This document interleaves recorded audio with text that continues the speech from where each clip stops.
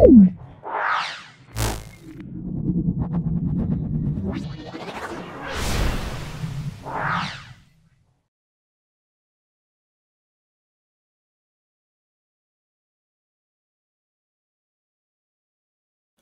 Ramakrishna mission boys home high school solve করছি। ভিডিওটা প্রথম থেকে শেষ পর্যন্ত দেখো, অবশ্যই ভিডিও থেকে উপকৃত হবে। চলে এসো আজকের প্রশ্নে। সেটা হলো, দেখো, স্থির উষ্ণতায় বয়েল সূত্রকে পিভি সমান কে আকারে প্রকাশ করা হয়, তাহলে কে নির্ভর করে? দেখে নাও, কে এর মান নির্ভর করে গ্যাসের ভর ও উষ্ণতার উপরে। তাহলে কার উপর নির্ভর করে? গ্যাসের ভর ও উষ্ণতা। তাহলে এখানে দেখে নাও কি অপশন দেওয়া আছে। গ্যাসের পরিমাণ, জি এর ওপর, চাপের ওপরে, গ্যাসের প্রকৃতির ওপরে। তাই এখানে বলা আছে গ্যাসের ভর ও উষ্ণতা। তাহলে আমরা যে অপশনটায় পাবো আবদ্ধ গ্যাসের পরিমাণ। এখানে তাপমাত্রা কত উল্লেখ নেই, তাপমাত্রা থাকলে তাপমাত্রাটা হতো। তাহলে অপশানে পিভি ওয়ান বাই পি এই লেখচিত্র কেমন হবে? ভি ওয়ান বাই পি লেখচিত্র কেমন হবে? অবশ্যই আমরা বলবো মূল বিন্দুগামী সরলরেখা হবে। একটি আদর্শ গ্যাসকে তরলে পরিণত করা যায় না, কারণ নাম্বার 2 হলো অণুগুলোর মধ্যে আকর্ষণ বল নেই বললেই চলে। নাম্বার সি হলো তরলে পরিণত হওয়ার আগে সেটা কঠিনে পরিণত হয়। আর অপশান ডি হলো অণুগুলোর বেগ ভিন্ন হয়। অপশানটাই বলবো সেটা অপশান বি বলবো, অণুগুলোর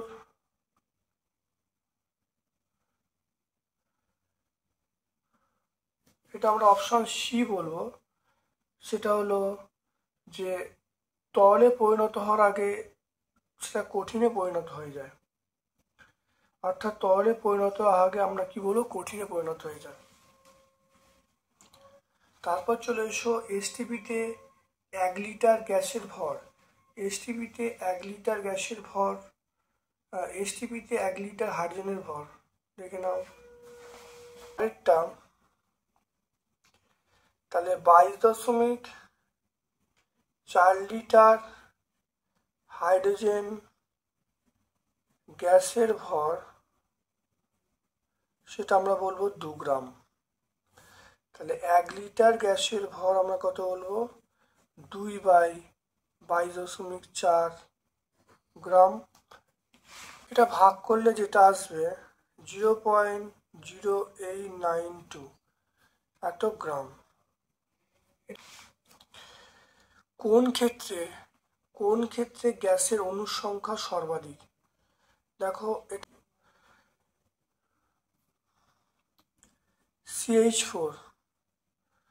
CH4 মানে 12 আর 16, তাহলে 16 গ্রাম CH4 এ অণু আছে,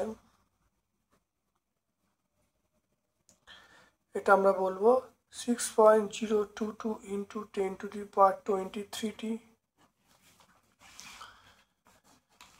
আর এখানে একে বার করব, তাহলে 6.022 ইন্টু 10⁻23/16। আর এখানে 4 গ্রামে দেওয়া আছে, 4 গ্রাম CH4 এ কত আছে? 6.022 10⁻23 ইন্টু 4/16t। এটা কাটাকুটি করলে 4, 1.055 ইন্টু 10⁻23t। এখানে এটা ভাগ করে যেটা আসছে 1.055 ইন্টু 10⁻23t। তারপরে দেখো CO2 বলা আছে, CO2 44 গ্রাম CO2 অণু আছে কত? 6.022 ইন্টু 10⁻23t। এখানে কত? 33 গ্রাম বলা আছে। 6.022 ইন্টু 10⁻23 বাই 44 ইন্টু 33। এটা কাটাকুটি করলে এটা 3, এটা 4,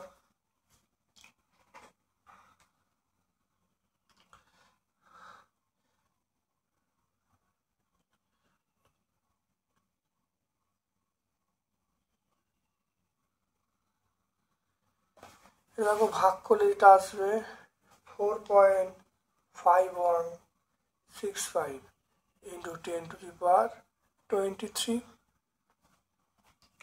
এরপর দেখো বলা আছে 1 গ্রাম, তাহলে সিএরটা বলা আছে দেখো 2 গ্রাম H2 তে অণু আছে,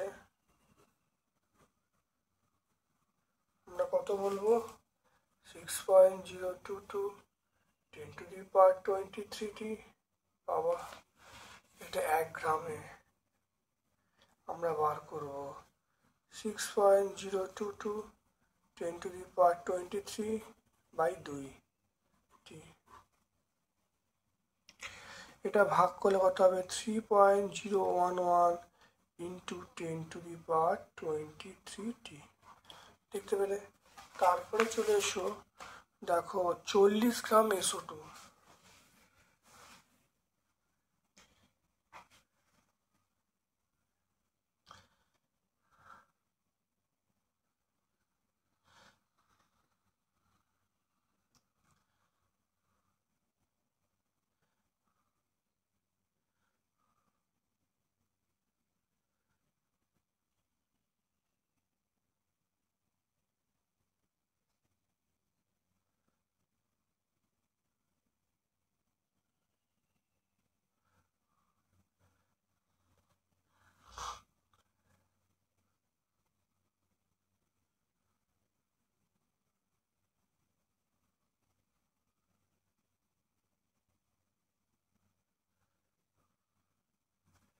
এটা হলো 64।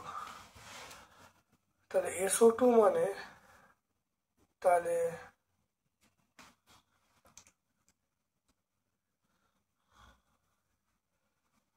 এটা দেখে নাও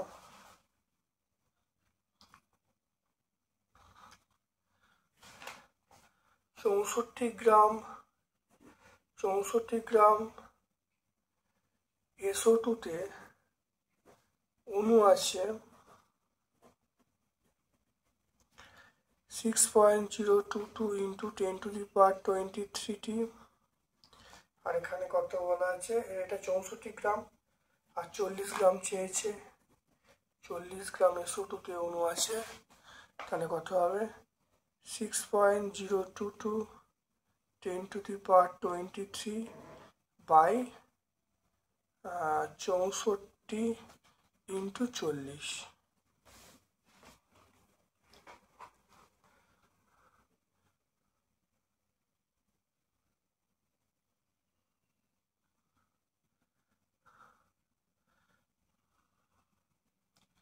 তাহলে 40 ভাজিতক 64 ইন্টু 6.022, এটা আমরা কত আসছে, এটা হলো 3.763 ইন্টু 10⁻23। তাহলে দেখে নাও, তাহলে এখানে দেখে নাও, তাহলে অণুর সংখ্যা সবচেয়ে বেশি দেখো CO2-তে। তাহলে প্রথমে দেখো CH4-এ ওটা 1.5 ইন্টু 10⁻3, CH4-এ 4.5 10⁻3, দেখো H2-তে 3.01 10⁻23 আর SO2-তে 3.7 10⁻23। তো সবচেয়ে বেশি আছে আমরা কি বলবো দেখো CO2-র মধ্যে। তো আমরা চলে আসছি, সেটা হলো 33 গ্রাম CO2। গ্যাসের বাষ্প ঘনত্ব 8, তাহলে 24 গ্রাম ওই গ্যাসের STPতে আয়তন কত হবে, দেওয়া আছে 8, তাহলে M সমান 2D, তাহলে 2 ইন্টু 8 এটা 16, দেখে নাও 16। তাহলে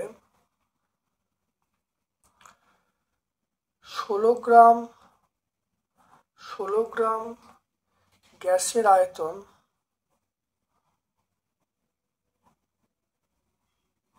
আমরা বলবো সেটা 22.4 লিটার। আর এখানে কত বলা আছে, 24 গ্রাম। তাহলে 22/4/16 × 24 লিটার। 8 দিয়ে কাটলে এটা 3, এটা 2।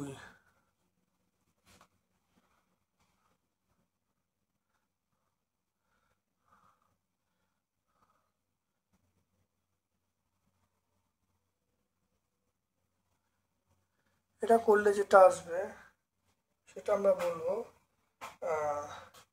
33.6 লিটার। আমরা কোন অপশানটায় পাবো? অপশান ডিতে পাবো। কঠিন পদার্থের দৈর্ঘ্য প্রসারণ গুণাঙ্কের একক নির্ভর করে, সেটা হলো উষ্ণতার উপরে, উষ্ণতা বৃদ্ধির উপর নির্ভর করে। তারপর দেখে নাও, আচ্ছা, কঠিন পদার্থের দৈর্ঘ্য প্রসারণ, কঠিন পদার্থের দৈর্ঘ্য প্রসারণ নির্ভর করে, এগুলো কিন্তু মনে রাখবে, দৈর্ঘ্য প্রসারণ নির্ভর করে, কঠিন পদার্থের দৈর্ঘ্য প্রসারণ নির্ভর করে, প্রাথমিক দৈর্ঘ্যের উপর নির্ভর করে, তাপমাত্রা বৃদ্ধির উপর উপাদান নির্ভর করে। তাহলে এটা সবগুলোই বলবো, অপশন ডি বলবো। আর যদি বলে দৈর্ঘ্য প্রসারণ গুণাঙ্ক কার উপর নির্ভর করে, তখন আমরা কি বলবো, সেটা হলো শুধু উষ্ণতার উপর নির্ভর করতো। একটি পাত্রে 4 ডিগ্রি সেন্টিগ্রেড তাপমাত্রায় কানায় কানায় জল পূর্ণ আছে। পাত্র থেকে জল উপচে পড়বে যদি পাত্রসহ জলকে গরম করা হয়।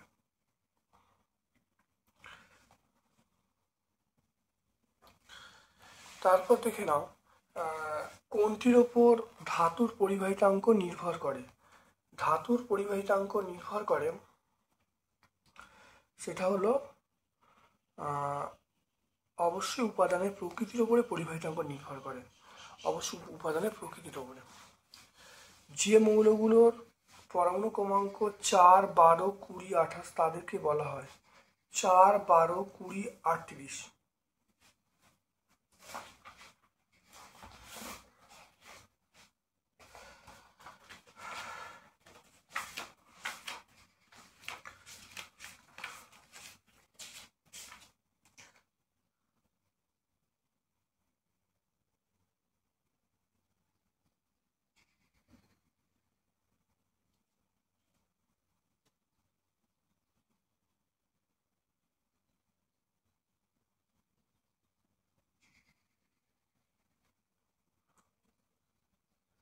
এগুলো আমরা বলবো ক্ষারীয় মৃত্তিকা ধাতু। হ্যাঁ, এগুলোর নাম হলো ক্ষারীয় মৃত্তিকা ধাতু বা ক্ষারীয় মৃত্তিকা মৌল। তারপর চলে এসো, দেখো, প্রদত্ত মৌলগুলির মধ্যে সর্বাধিক পারমাণবিক ব্যাস বিশিষ্ট মৌল।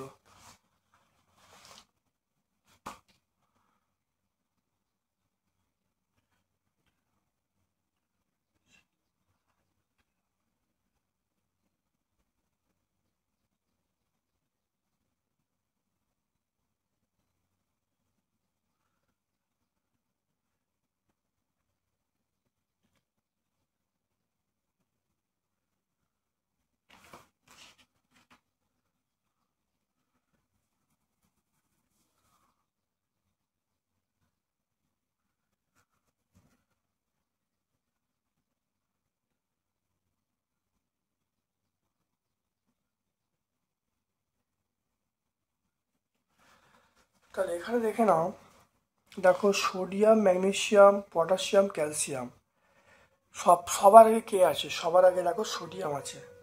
তাহলে অবশ্যই সোডিয়ামের যে ব্যাসার্ধটা বেশি হবে, তাহলে আমরা বলবো সোডিয়াম। পর্যায় সারণীর বাম দিক থেকে ডান দিকে গেলে আয়নীয় বিভব কি হবে? বাম দিক থেকে ডান দিকে গেলে আয়নীয় বিভব কি হবে? বৃদ্ধি পাবে, বাড়বে।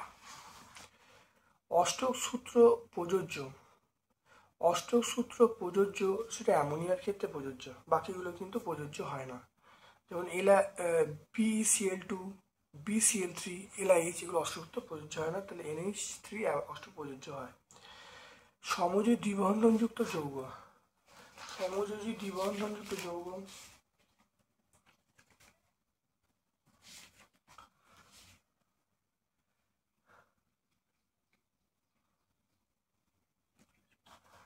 তাহলে এটা আমরা বলবো যেমন C2H4 আমরা বলবো, C2H4। ABC দেখো এর পরমাণু ক্রমাঙ্ক 7, 8, 12 কোন ক্ষেত্রে সমযোজী বন্ধন তৈরি করবে? তাহলে 7, 8, 12, তাহলে ABC তিনটে মৌল, পরমাণু ক্রমাঙ্ক 7, 8, 12।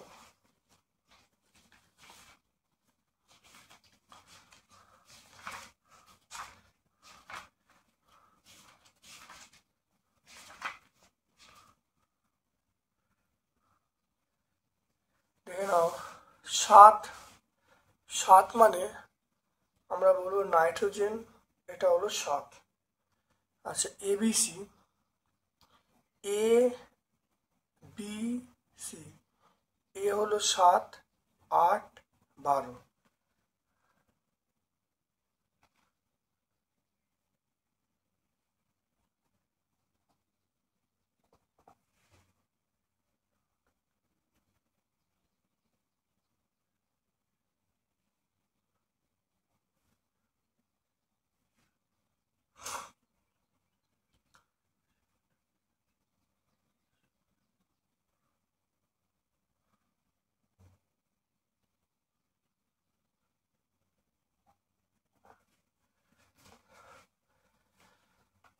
তাই দেখে নাও এর মধ্যে যেমন এর ধরো ইলেকট্রন বিন্যাস কি হবে, 2 হবে, 5 হবে, 2, 5। এর কত হবে, 2 হবে, 6 হবে। এর কত হবে, 2, 8, 2 হবে।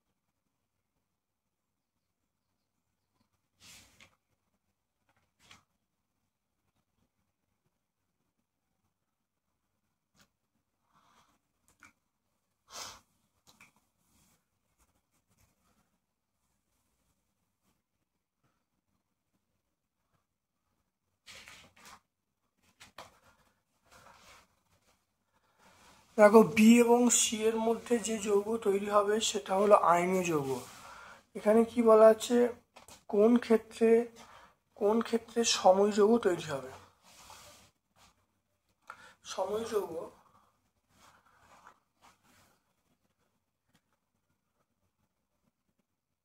এবং বি এর মধ্যে সময় যৌগ তৈরি হবে, তাহলে আমরা বলবো এ এবং বি, অপশন সি বলবো।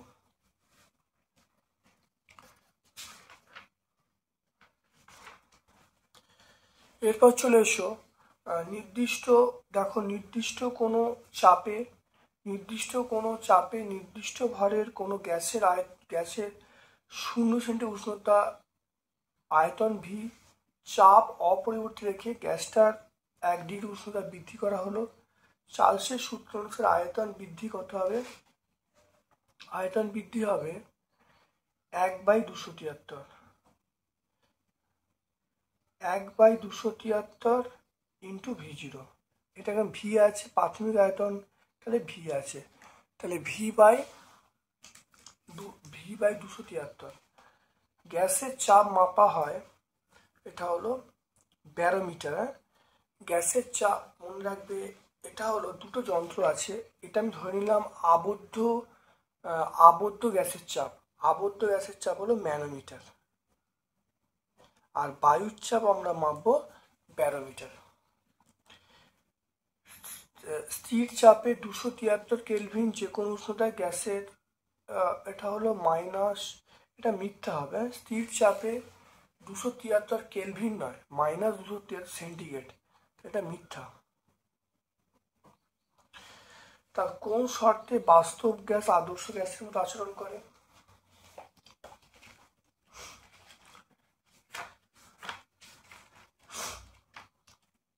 দেখো, বাস্তব গ্যাস আদর্শ গ্যাসের মতো আচরণ করবে নিম্নচাপ উচ্চ উষ্ণতায়।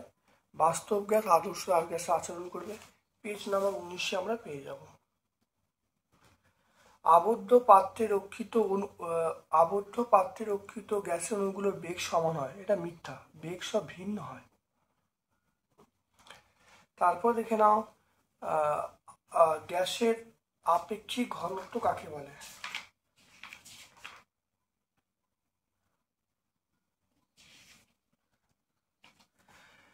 দেখুন, আপেক্ষিক ঘনত্ব বা বাষ্প ঘনত্বের সংজ্ঞা এখানে পেয়ে যাচ্ছ। দেখে নাও, এটা সংজ্ঞাটা আছে পেজ নাম্বার 22 আমরা পেয়ে যাব। আচ্ছা, বাষ্প ঘনত্ব চাপ উষ্ণতার উপর নির্ভর। বাষ্প ঘনত্ব চাপ উষ্ণতার উপর নির্ভর করে না? দেখে নাও, বাষ্প ঘনত্ব দুটি ভরের অনুপাত হওয়ায় তাহলে একক নেই, উষ্ণতা এবং চাপের উপর নির্ভর করে না। তাহলে নির্ভর করে না। 1 মোল গ্যাসীয় পদার্থের আয়তন সর্বদা 22.4 হয়। 1 মোল গ্যাসীয় পদার্থের আয়তন, এটা 1 মোল গ্যাসীয় পদার্থের আয়তন, এটা এসটিপিতে বলতে হবে। এটা হলো কথা ঠিকঠাক নয়। 1 মোল গ্যাসীয় পদার্থের আয়তন, এটা ঠিক না। এটা এসটিপি কথাটা থাকবে বা প্রমাণ নির্দিষ্ট একটা তাপমাত্রা কথা উল্লেখ থাকবে। দ্বিপরমাণুক গ্যাসের বাষ্প ঘনত্ব 14, গ্যাসটির পারমাণবিক গুরুত্ব কত হবে? দেখো, দ্বিপরমাণুক গ্যাসের বাষ্প ঘনত্ব বলা আছে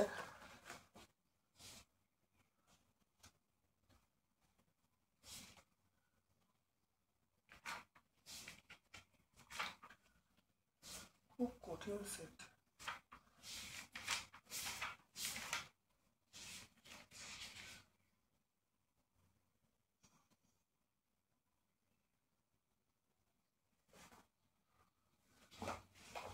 তাহলে এইটি হবে, একই হবে, 14ই হবে।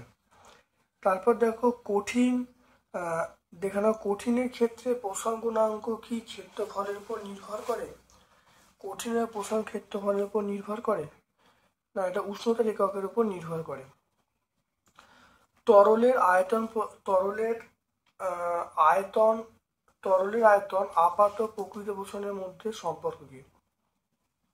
তাহলে আমরা বলবো প্রকৃত পোষণ গুণাঙ্ক, যেটা গামা আর সমান আপাত প্রসারণ গুণাঙ্ক, পাত্রের প্রসারণ গুণাঙ্ক প্লাস আপাত প্রসারণ গুণাঙ্ক।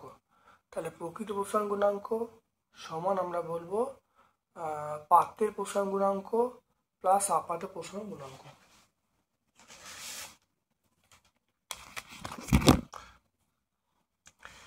এরপরে দেখো আমরা চলে আসছি, সেটা হলো তামা ইনভা লোহার মধ্যে রৈখিক প্রসারণ গুণাঙ্ক সবচেয়ে কম কার?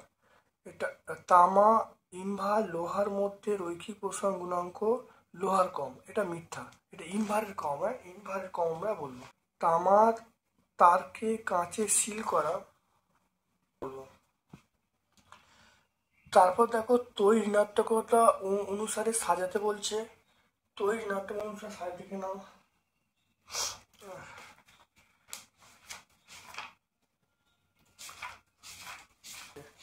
14।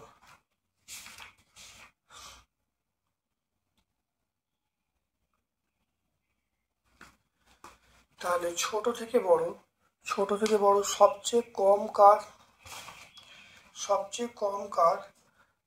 কম আমরা বলবো সোডিয়াম। তাহলে এই প্রশ্নের আনসার সবচেয়ে কম আমরা বলবো সোডিয়াম এনে। তারপরে কি হবে?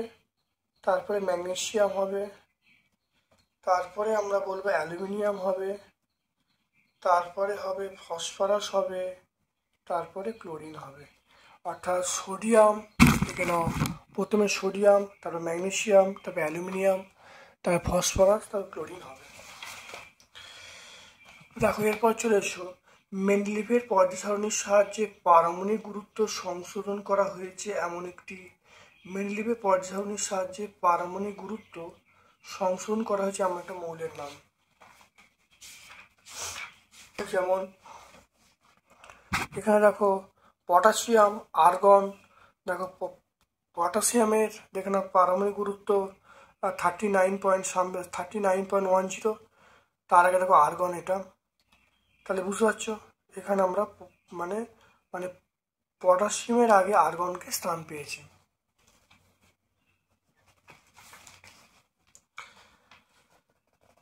তারপরে দেখে নাও একটি তড়িৎ ঋণাত্মক মৌলের নাম লেখো যা সমযোজী তড়িৎযোজী বন্ধন উভয় গঠনে অংশগ্রহণ করে। আমরা কি বলবো, একটি তড়িৎ ঋণাত্মক মৌল, এটা আমরা Cl বলবো। ক্লোরিন পরমাণু, ক্লোরিন পরমাণু সমযোজী এবং তড়িৎযোজী উভয় মধ্যে অংশগ্রহণ করে। NH একটি সমযোজী যৌগ। NH আমরা বলবো এটা হলো তড়িৎযোজী যৌগ, এটা সমযোজী যৌগ না, এটা মিথ্যা।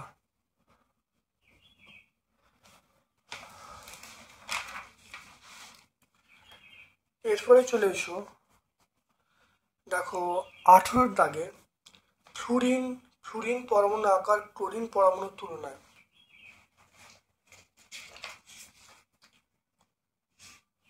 হয়। এটা আমরা এক একটা বলবো। সোডিয়ামের তুলনায় পটাশিয়াম আয়নন বিভব,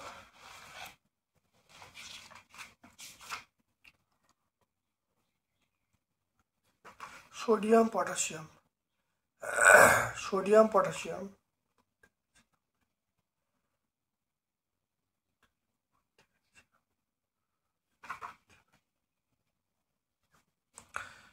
সোডিয়াম তাহলে দেখো সোডিয়াম পটাশিয়াম, তাহলে পটাশিয়ামের বেশি, তাহলে সোডিয়ামের তুলনায় পটাশিয়ামের আয়নন বিভব বেশি হবে। এটা আমরা কি বলবো, বৃদ্ধি পায়। এটা দুয়েরটা। তারপর দেখো পর্যায় সারণীর বাম থেকে ডান দিকে গেলে বিচরণ ধর্ম, এটা আমরা বলবো হ্রাস পায়। তারপর দেখো শ্রেণী বরাবর ওপর থেকে নিচে নামলে ধাতব মৌল, এটা আমরা বলবো শ্রেণী বরাবর ওপর থেকে নিচে ধাতব ধর্ম, এটা আমরা বৃদ্ধি পায় বলবো। এটা শ্রেণী বরাবর ওপর থেকে নিচে ধাতব ধর্ম কি হবে, পর্যায় বরাবর, এখানে শ্রেণী বরাবর ওপর থেকে নিচে নামলে এটা বৃদ্ধি পায়, এটা আমরা বলবো বৃদ্ধি পায়। এরপরে দেখে নাও চার্লসের সূত্র বিবৃত করতে বলছে।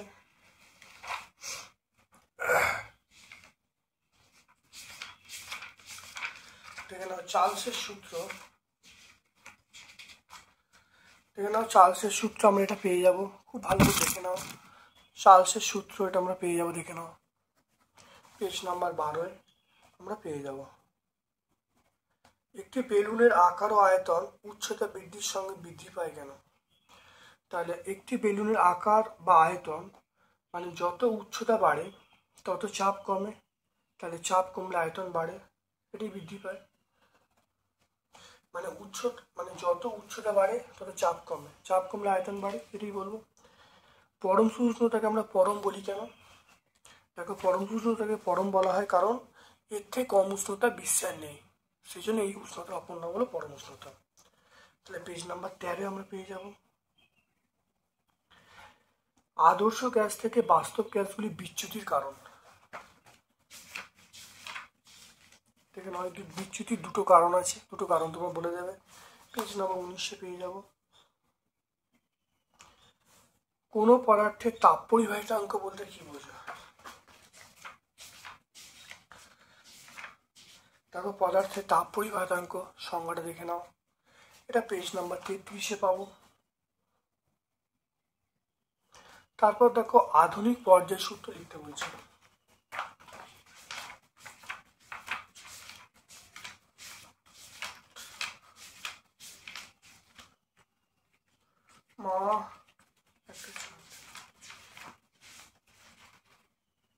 আধুনিক পর্যায় সূত্র এটা ভালো করে লিখে দেবে। দেখো আধুনিক পর্যায় সূত্রটা পেজ নাম্বার 98 আমরা পাবো। চ্যালকোজেন মৌল কাকে বলে? চ্যালকোজেন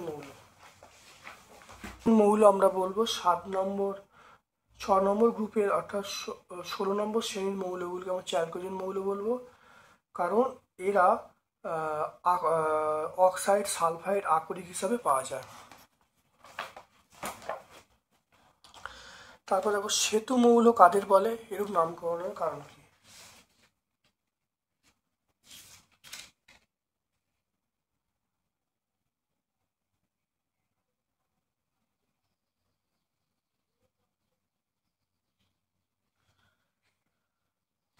দেখো না সন্ধিগত মৌলগুলোকে দেখে নাও সেতু মৌল কাকে বলে দেখে নাও, উত্তর করা আছে এখানে দেখে নাও, পেজ নাম্বার 293 পাবো।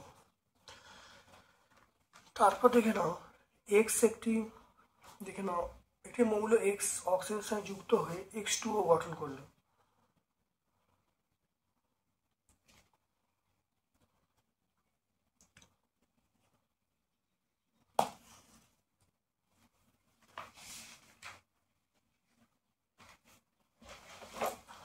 এক্স একটা মৌল অক্সিজেনের সঙ্গে যুক্ত হয়ে X2O গঠন করলো। তাহলে এই অক্সাইডটা পরিবাহী হলে দেখে নাও 7টা আমরা X2O তৈরি হলো।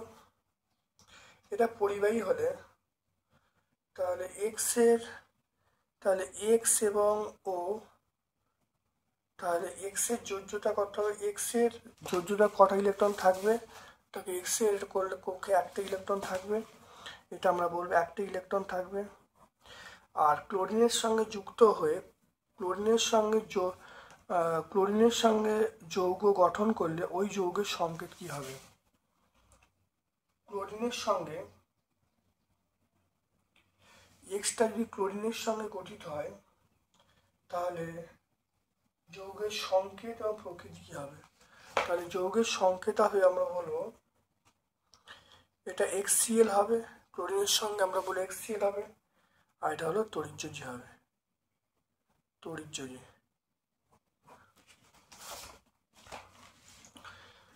তারপর দেখো আয়নীয় বন্ধন এবং সমযোজী বন্ধনের মধ্যে পার্থক্য।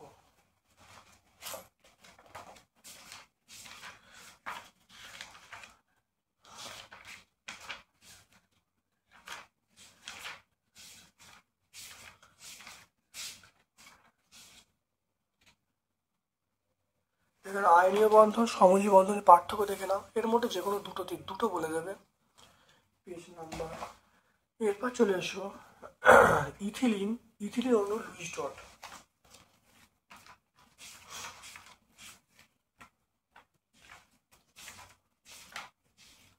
দেখে নাও ইথিলিন অণু লুইস ডট, খুব ভালো দেখে নাও, এটা ইথিলিন অণু লুইস ডট 109 পেজ আমরা পাবো। তারপর একটি ধাতু বিসি উচ্চ ধনাত্মক মৌল এবি এবং বিসি যুক্ত হলো, কোনটা তড়িৎযোজী কোনটা সমযোজী সম্ভাবনা আছে? এটা খুব ইম্পর্টেন্ট প্রশ্ন, এটা তোমরা এখানে দেখে নেবে, ভালো করে ব্যাখ্যা করা আছে। তারপর দেখো গ্রুপ ডি এর প্রশ্ন। গ্রুপ ডি এটা আমাদের পুরো 90 নম্বরের উত্তরটা ব্যাখ্যা হচ্ছে, খুব ভালো করে এবার দেখে নাও। গ্রুপ ডি এর প্রশ্ন, আদর্শ গ্যাসে গতীয় তত্ত্বের স্বীকার্যগুলো কি কি? দেখো আদর্শ গ্যাসে গতীয় তত্ত্বের স্বীকার্যগুলো দেখে নাও ভালো করে, অনেক পয়েন্ট আছে, এই সবগুলো অন্তত 6টা পয়েন্ট তোমার লিখে দেবে। দেখে নাও স্বীকার্য, পেজ নাম্বার 18-19 আমরা পাবো। তারপর দেখে নাও পরম সহিষ্ণুতা কাকে বলে? আদর্শ সমীকরণ থেকে কিভাবে মোলার ভর নির্ণয় করা হবে।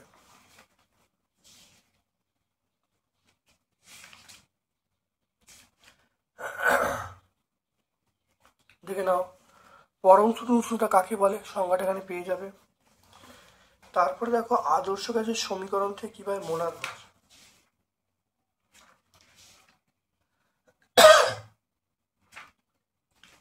এখান থেকে নাও আদর্শ সমীকরণ আমরা পিভি দেখে নাও, পিভি সমান এনআরটি। এইখান থেকে আমরা দেখে নাও এন এর মান ডব্লিউ বাই এম, তাহলে মোলার ভর এম সমান আমরা বলবো W R T by PV, এটা করলেই হবে।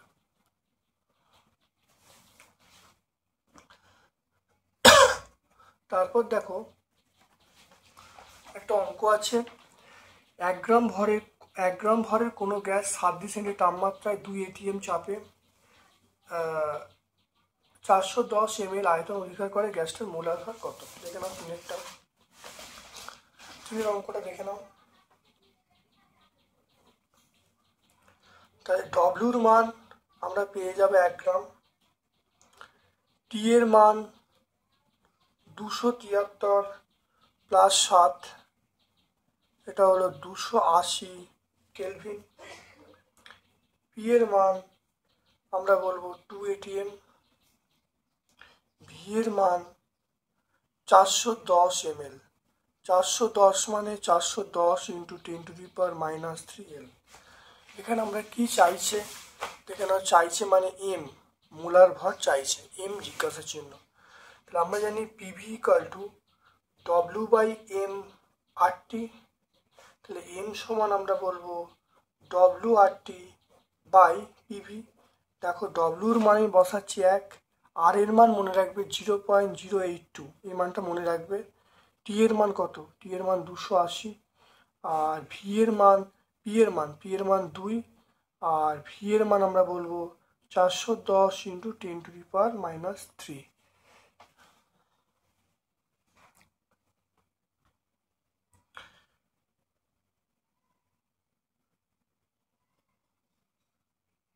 সেটা 28।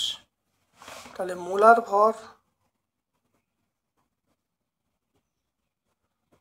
ভর পেয়ে যাব 28 গ্রাম পার মোল। তাহলে এটা ক্যালকুলেশন করলে আমরা 28 পেয়ে যাব। তাহলে আমরা কি উত্তর পাবো, এটা হলো মোলার ভর হলো 28 গ্রাম পার মোল।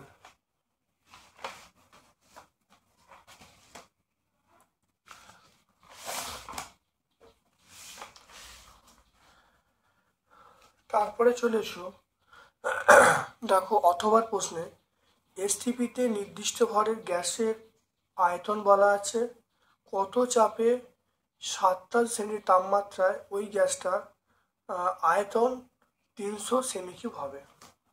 তিনের অথবাটা ভি ওয়ানের মান পেয়ে গেলাম 273 সেমি কিউব,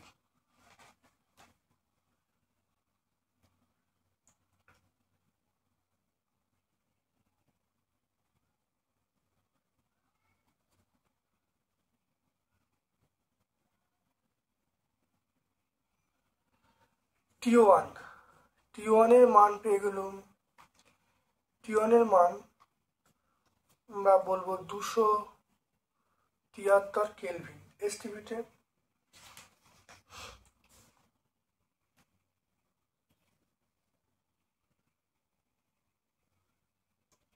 টিটুর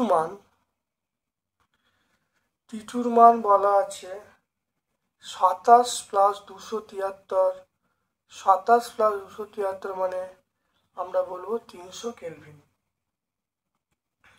ভিটুর মান আমরা বলবো 300, সেমি কিউব। চাপটা পিটুর মানটা এখানে চাইছে, তাহলে এখানে পি ওয়ানের মান কত, পি ওয়ানের মান হলো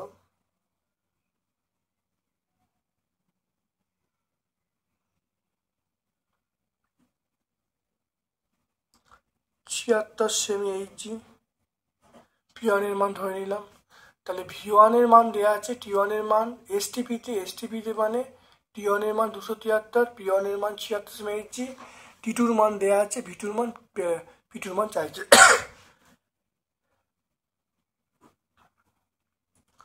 তাহলে আমরা জানি P1 V1 বাই T1 সমান P2 V2 by T2। P1 এর মান 76, V1 এর মান 273, T1 এর মান আমরা বলবো 273, P2 মান চাইছে, V2 মান 300 আর T2 মান আমরা কত বলবো 300। দেখে নাও, খুব ভালো করে দেখে নাও, দেখতে পাচ্ছ। দেখো T2 মান 300 আর এখানে দেখো V2 মান 300। দেখো মান বসিয়ে দিলে তাহলে এখান থেকে দেখো আমি পেয়ে যাব, দেখো P2 মান পেয়ে যাব 76। তাহলে অন্তিম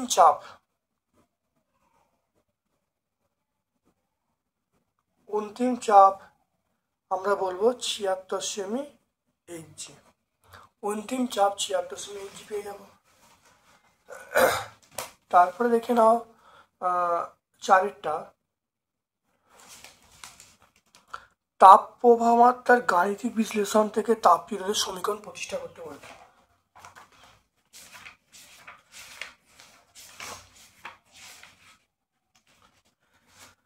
আমরা এইটা প্রতিষ্ঠা করে দেবো, দেখে নাও, এইটা প্রমাণ করে দেবো।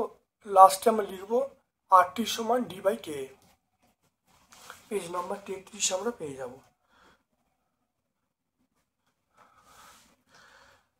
তারপর দেখো না, কঠিন পদার্থের মধ্য দিয়ে তাপের পরিবহন কোন কোন বিষয়ের উপর নির্ভর করে। কঠিন পদার্থের মধ্য দিয়ে তাপের পরিবহন কোন কোন বিষয়ের উপর নির্ভর করে দেখে নাও। 1 নম্বর হলো ক্ষেত্রফলের উপরে, 2 নম্বর হলো সময়ের উপরে, 3 নম্বর দেখো তাপমাত্রা পার্থক্যের উপরে, 4 নম্বর হলো বেগের উপরে। দেখতে পাচ্ছ? তাহলে পেজ নাম্বার 33-এ আমরা পেয়ে যাব। তরলের প্রকৃত প্রসারণ গুণাঙ্ক আপাত প্রসারণ গুণাঙ্কের মধ্যে সম্পর্ক নির্ণয় করতে বলছে।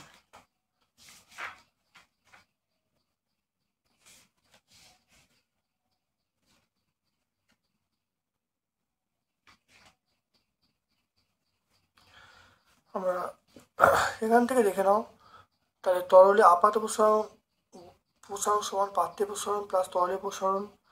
তাহলে এখান থেকে আমরা চলে আসবো তরলের প্রকৃত প্রসারণ গুণাঙ্ক সমান পাত্রে প্রসারণ গুণাঙ্ক প্লাস আপাত প্রসারণ গুণাঙ্ক। এই পরীক্ষাটা ব্যাখ্যা করে দেবো, করে দিলেই হয়ে যাবে।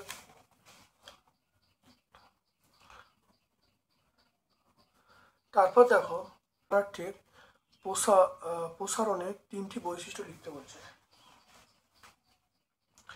আমরা দেখো গ্যাসীয় পদার্থের প্রসারণের 3টে বৈশিষ্ট্য আমরা এখানে পেয়ে যাব, এখানে অবশ্যই পেয়ে যাব, দেখে নেবে।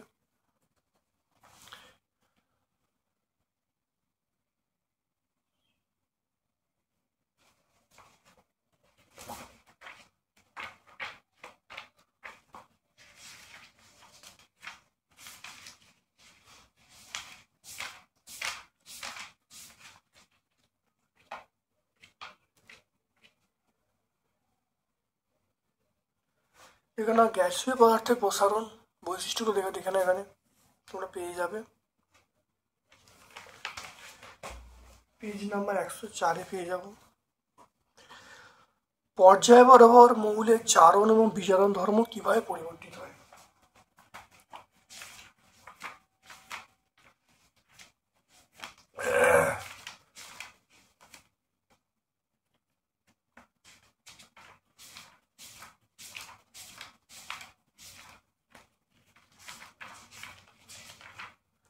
দেখো পর্যায় বরাবর দেখে নাও, মৌলের দেখো বাম থেকে ডানে গেলে দেখে নাও, দেখো জারণ ক্ষমতা বাম থেকে ডানে গেলে বৃদ্ধি পাবে, বিজারণ ক্ষমতা বাম থেকে ডানে গেলে হ্রাস পাবে। এটা পর্যায় বরাবর।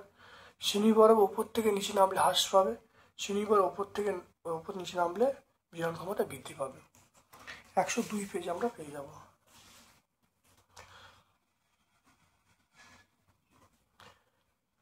তারপর দেখো বিচারণ ক্ষমতা অনুসারে এগুলো সাজাতে বলছে।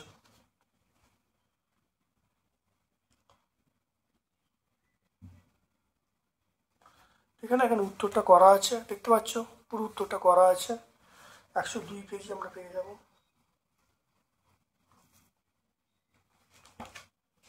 এর অঙ্কটা দেখে নাও। এবিসি তিনটে এবিসি পরমাণু ক্রমাঙ্ক দেওয়া আছে।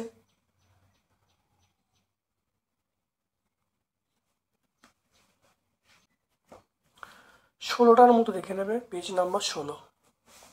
এটা দেখো 16টার মতো তোমরা দেখে নেবে।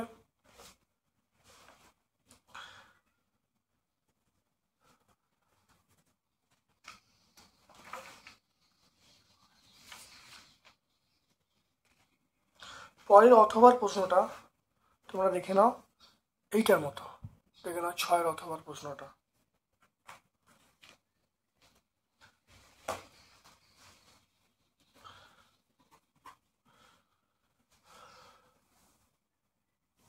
তারপর দেখো 9-এরটা, সমযোজী বন্ধনের ধারণা দেন কোন বিজ্ঞানী?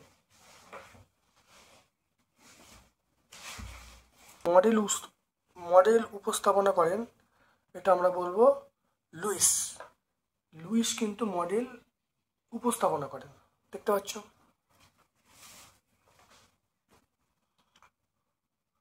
সময় যৌগ কি কখনো আইনীয়কে উদাহরণ দেয়? HCl কিন্তু আইনীয় হতে পারে, মানে HCl কিন্তু সময় যৌগ, কিন্তু এটা জলীয় দ্রবণে বিশ্লিষ্ট হয়ে H+Cl- আয়ন উৎপন্ন হয়। তাহলে আমরা বলবো মানে HCl সময় যৌগ হলো তড়িৎ প্রদান করতে পারে।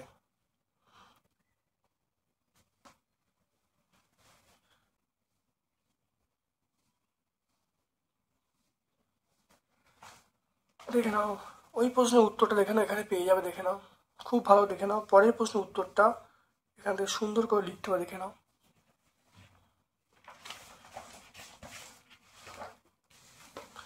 এই উত্তরটা গেল। তড়িৎযোজী সময় যৌগের মধ্যে পার্থক্য লিখতে বলছে।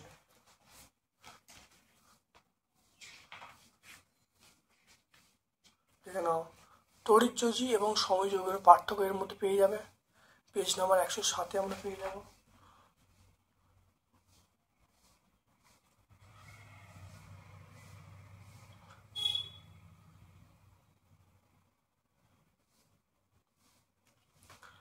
এই অঙ্কগুলো অবশ্যই আমি সলভ করে দিয়েছি। দেখবে 2024 সালে যে ভিডিও তোমাদের প্লেলিস্টে আছে, সেই ভিডিওতে তোমরা এই অঙ্কগুলো সব পেয়ে যাবে। প্রত্যেকটা অঙ্ক তোমরা 2024-এ দেখবে প্লেলিস্ট আছে, সেই প্লেলিস্টে তোমরা এই অঙ্ক একাধিকবার তোমরা পাবে। আশা করি তোমরা সেই প্লেলিস্ট থেকে অঙ্কগুলো তোমরা পেয়ে যাবে। আজকে আমরা এখানেই ভিডিওটা শেষ করলাম। আমার পক্ষ থেকে সকলকে ধন্যবাদ এবং শুভ কামনা জানাচ্ছি।